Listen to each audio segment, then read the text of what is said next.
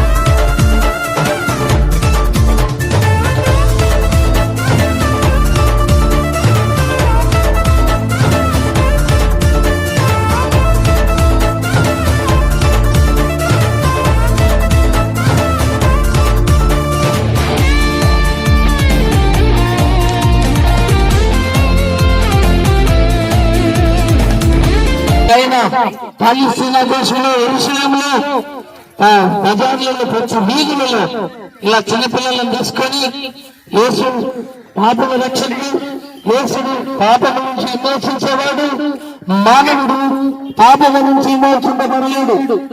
నిత్య వైకుంఠానికి వెళ్ళాలన్నా, ఆ పరలోకం వెళ్ళాలన్నా నాలో లేదని చెప్పగలిగిన స్త్రీ పురుషులు లోకంలో లేరు. అందుకనే యేసు మనిషి రూపంలో ఆ పక్కాన్ని భూమి మీదకి వచ్చాడు. మానవులు ఆయన పుణ్య రక్తము ద్వారా కడగబడితేనే కానీ ఆ వైకుంఠం చాటలేరు, ఆ పరలోకము చేపలేరు. వారు మాటలు తెలియజేస్తున్నాం. మన పాపములకు ఆయన రక్షకుడు, ఆ పుణ్య రక్తము ద్వారా మనకి విమోచన కలుగుతుందని ఈ మాటల ద్వారా ఈ గ్రామంలో ఉన్న ప్రతి కుటుంబము దీవించబడును గాక. సంఘములో ప్రతి ఆదివారం 10 గంటలకు వాక్యం అందించబడుతుంది. ప్రతి రాత్రి శనివారము విశ్వాస గుడిలో వాక్యం అందించబడుతుంది. ఈ మాటలు విని యేసు వైపు తిరిగి మన పాపముల నుంచి విమోచన పొంది ఆ నిత్య వైకుంఠంలో చేరాలని దేవుడి వర్తమానమును ఈ ప్రాంత ప్రజలకు తెలియజేయమనగా మా వంతును బట్టి మీకు తెలియజేస్తూ ఉన్నాం. ఈ మాటలు మీ కుటుంబాలకు దీవెనకరంగాను ఆశీర్వాదకరంగాను ఉండును గాక. ఆమేన్.